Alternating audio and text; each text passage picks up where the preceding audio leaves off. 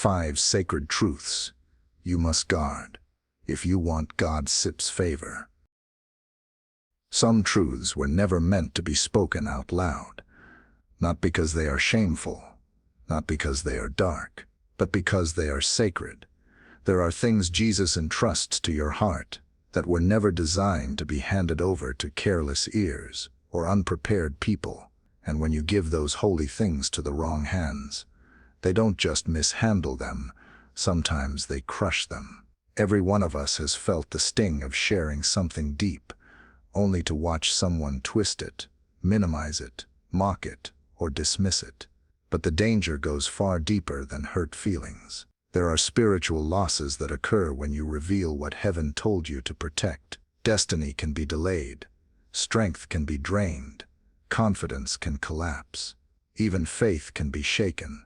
Jesus doesn't tell you to guard certain things because he wants you to live in isolation. He tells you because spiritual treasures are fragile in the wrong environments. Some truths are meant to mature in silence. Some promises only grow in the soil of secrecy. And some revelations lose their power the moment they leave your mouth and fall into the wrong atmosphere. There is a wisdom that comes from restraint, a strength that comes from privacy, a protection that comes from knowing when to stay quiet. In a world obsessed with oversharing, where people broadcast every feeling, every plan, every struggle, and every blessing, Jesus calls his people to a different path. A wiser path, a holier path, a path where your words align with your destiny, and your silence becomes a shield rather than a prison. Because not everyone deserves access to the most delicate parts of your heart. Not everyone can understand what Jesus whispered to you in the dark. And not everyone is qualified to hear the things that God himself said. Keep this between you and me. Today you're going to discover those hidden things, those sacred 5, that Jesus never wants you to hand over to just anyone. These aren't small suggestions. These are spiritual boundaries that protect your calling, your peace, your anointing, and your future. And once you know them, you will never speak carelessly again. Number 1. The vision Jesus gave you there. Are moments when Jesus plants something in your spirit that feels too big for you to carry. A calling, a dream, a direction, a quiet push towards something you don't yet have the courage to speak out loud. And the truth is, most visions don't die because they were impossible. They die because they were spoken to the wrong people too soon. When Jesus gives you a vision, it's like placing a seed in your hands. A seed is powerful, but fragile. It needs darkness before it ever sees light. It needs silence before it ever needs applause. And it needs protection before it can survive exposure. The mistake many people make is believing that sharing a vision early will bring support. But spiritual things don't work that way. Not everyone has the faith to agree with what Jesus told you. Not everyone has the eyes to see what you see. And some people, without even meaning to, will smother your dream with doubt long before it has a chance to take root. Some visions are too holy to be debated. Some callings are too sacred to be placed in the hands of people who live by logic instead of faith. When Jesus speaks into your life, he often doesn't give you the full picture, just the first step. And if you share that step with small-minded people, they'll convince you to turn back before you ever begin. Look at Joseph. God gave him a dream, but he shared it too early. He opened his mouth before the dream had roots, and the very people he thought would celebrate him were the ones who tried to destroy him. Not because the dream was wrong, but because the timing was. Sometimes the danger isn't the dream, it's the audience. People who haven't heard what you heard will always misunderstand you. People who haven't seen what Jesus showed you will always question you. And people who never spent a single moment in your prayer closet will still feel entitled to speak over what God told you in secret. That's why Jesus teaches silence, not out of fear, but out of wisdom. He wants your faith to grow strong before it ever faces criticism. He wants your obedience to mature before it faces pressure. He wants your vision to develop roots so deep that even the harshest voices can't pull it out of you. There will be a moment when Jesus tells you it's time to speak. But until that moment comes, your assignment is to protect what He placed inside you. Hold the vision close. Let it grow in the dark. Let it strengthen in silence. Let it mature under His guidance, not public opinion. Because when Jesus gives you a vision, it wasn't meant for everyone. It was meant for you. And the world will see it, but only in God's timing, not yours. Number 2.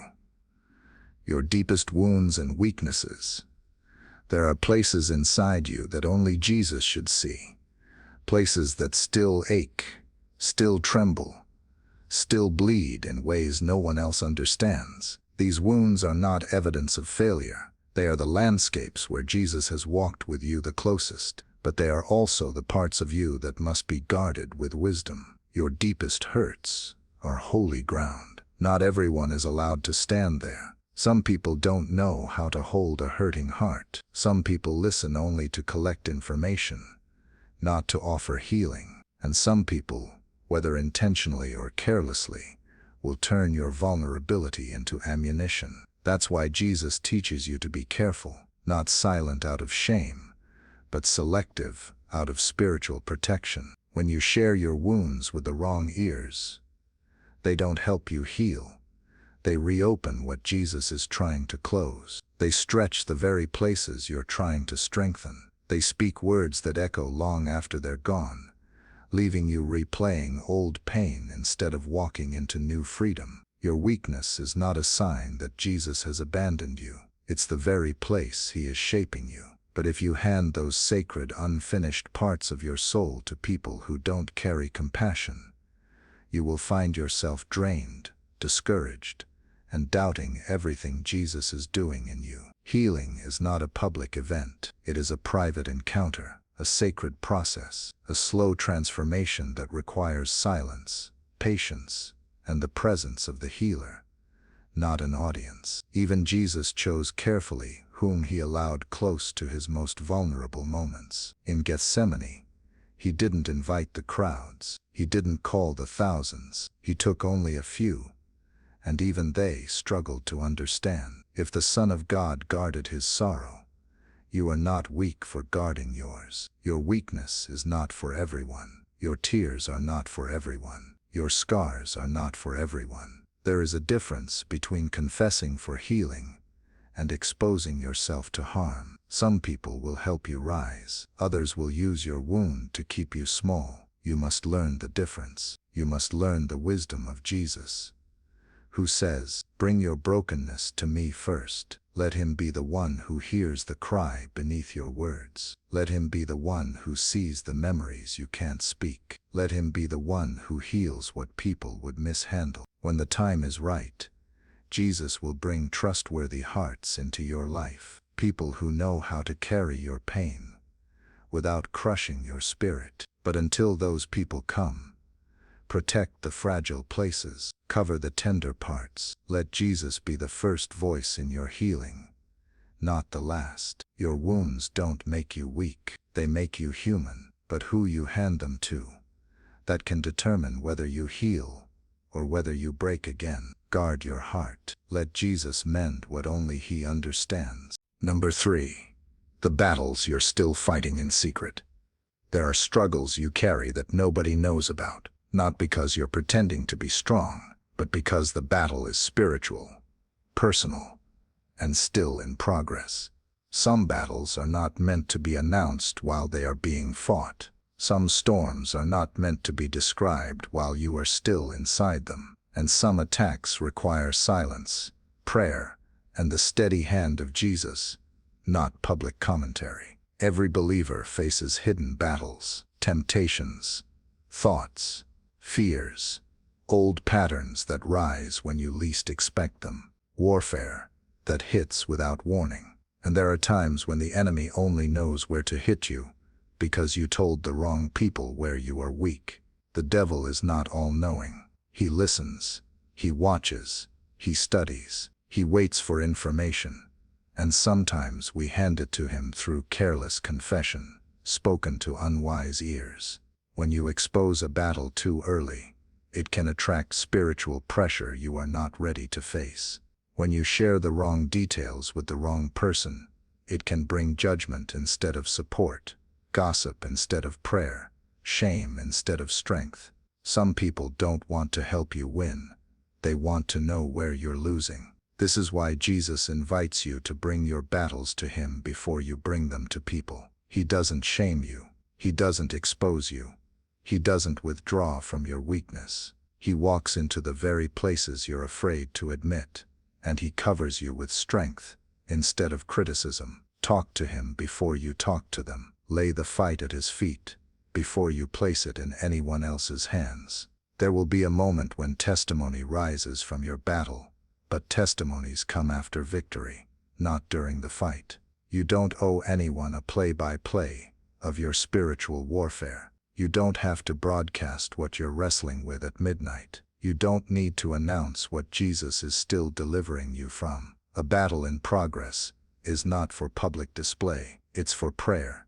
It's for growth. It's for the secret place. Even David fought the lion and the bear in private before he ever faced Goliath in public. God built his strength in the hidden places. God trained his courage away from the crowds. That private victory prepared him for a public assignment. Your secret battles are doing the same thing for you. The enemy wants you to believe that if you're still fighting something, you're failing. But the truth is, the fight itself is proof that you haven't given up. It's proof that Jesus is still working. It's proof that you're still growing, still standing, still pressing forward. You don't need permission to fight quietly. You don't need approval to heal privately. You don't need to explain a battle Jesus is already helping you win. Strength is not measured by how loudly you struggle. Strength is measured by how faithfully you keep coming back to Jesus in the middle of the fight. Let him train your hands for war.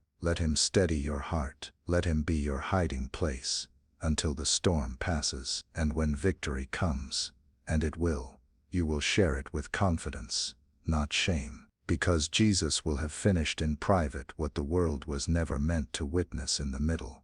Number 4. The good you do in private. There is a kind of goodness that heaven sees long before anyone else does. A kindness that never makes it to social media, a sacrifice no one applauds, a generosity no one records, and Jesus says that this kind of goodness is the most powerful of all. The world teaches you to announce everything.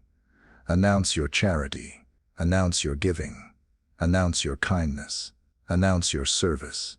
But Jesus calls you to a higher standard, the standard of secrecy. He says, do it in private, and your Father who sees in secret will reward you. Not because he wants your light to be hidden, but because he wants your heart to stay pure. When you start doing good for attention, the reward becomes small. When you start doing good for applause, the reward becomes temporary. But when you do good for Jesus alone, the reward becomes eternal. There are moments when you help someone who will never pay you back. Moments when you give, even when you don't have much. Moments when you bless someone quietly, without expecting anything in return. Those moments move the heart of heaven. But here's the truth. Not everyone can handle your goodness without twisting it. Some will question your motives. Some will diminish your sacrifice. Some will turn your kindness into gossip. Some will poison what was meant to be holy. That's why Jesus tells you to hide some of your goodness from the world. Not to keep you invisible, but to keep you humble. Not to deny you honor, but to protect your spirit from pride and from misunderstanding. Private goodness shapes you in a way public actions never will. It trains your heart to serve without needing validation. It teaches you to love without getting credit. It strengthens your character when no one is watching. Your quiet obedience is more powerful than loud performance. Your unseen compassion carries more weight than public praise. Your hidden acts of love are building a heavenly legacy the world will never understand. Think about the moments Jesus honored most in Scripture. They were quiet moments, hidden moments, moments done away from the crowd. A woman breaking a jar of perfume, a widow giving 2 coins, a servant washing feet in silence. Heaven records what earth overlooks. When you do good privately, you are choosing spiritual depth over earthly approval. You are choosing humility over recognition. You are choosing God's reward over man's applause. And the beautiful thing, Jesus sees every small act, every hidden moment, every quiet sacrifice, every unnoticed prayer, every silent act of love. None of it is wasted. None of it is forgotten. None of it is invisible to Him. Continue doing good when no one is watching. Continue being generous when no one says thank you. Continue being faithful when no one acknowledges it. Your private goodness is building something eternal, and Jesus Himself is keeping the record. Number 5. The sins Jesus has already forgiven. There are chapters of your life that Jesus has erased, but you keep rereading them as if they still exist.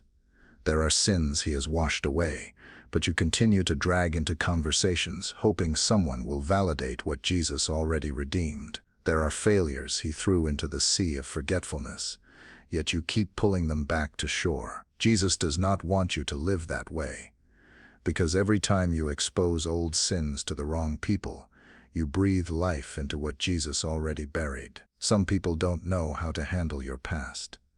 Some people will never forget what Jesus has forgiven.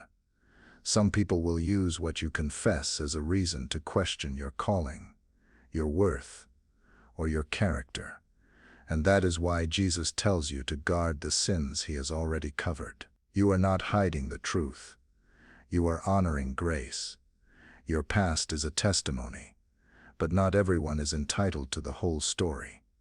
Some parts are meant to stay between you and Jesus. Some parts lose their healing power when you place them in unloving hands. Some parts become chains again when you give people permission to judge what heaven has already justified. Shame is not from God. Accusation is not from God. Condemnation is not from God. So why hand your forgiven sins to people who speak with the voice of the accuser? The enemy loves when you revisit what Jesus has released. He loves when you feel defined by who you used to be. He loves when you confess your past to people who cannot see your future. Because accusation steals confidence, steals joy, steals identity. But Jesus didn't forgive you so you could live apologizing forever. He forgave you so you could walk free. You don't need to explain to people why grace found you. You don't need to justify why Jesus chose you. You don't need to present your old sins as evidence of your transformation. Your story belongs to Jesus before it belongs to anyone else. Yes, share your testimony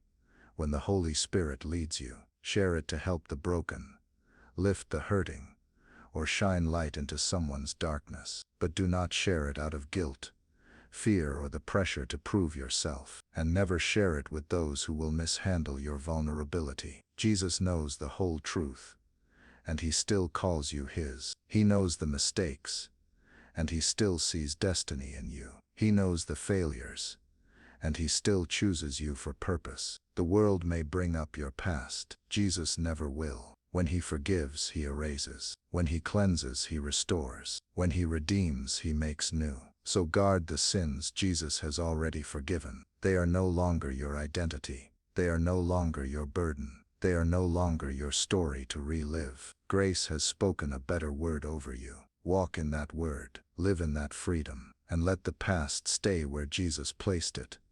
Covered, forgiven, forgotten. Conclusion. There comes a moment when you realize that not everything in your life is meant to be shared. Not every revelation, not every wound, not every struggle, not every act of kindness, not every chapter of your past. Some things are sacred. Some things are spiritual. Some things are so deeply woven into your walk with Jesus that exposing them to the wrong people would only weaken what God is strengthening in secret. Heaven has entrusted you with holy things. Guard them, protect them, honor them, because your destiny is too important to be shaped by careless conversations.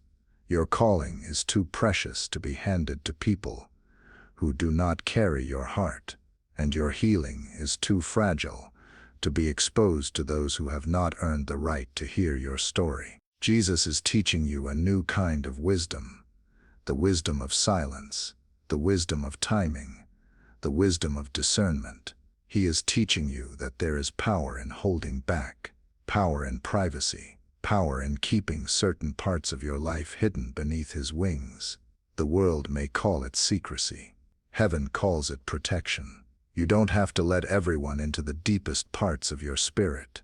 You don't have to explain every decision or justify every battle. You don't have to display every good deed or reopen every forgiven sin. You are allowed to keep what is holy. Holy. And yet in all of it, Jesus is not calling you to isolation. He is calling you to intimacy. Intimacy with Him, because there is nothing you cannot tell Him, nothing you cannot bring to Him, nothing too heavy, too ugly, too complicated, or too painful for Him to handle. Let Him be the keeper of your secrets. Let Him be the healer of your wounds. Let Him be the protector of your dreams. And as you walk forward, remember this: the more you grow, the more you will guard. The more Jesus entrusts to you, the more He will teach you to protect. The more your calling expands, the more your circle will shrink, not out of fear, but out of purpose. So walk with confidence, walk with clarity, walk with spiritual maturity. You don't owe everyone access to your heart. You owe Jesus your obedience. And when you honor Him with what you keep hidden, He will honor you with what He brings into the light. Your future is safe in His hands, and so are the secrets He never meant for you to tell.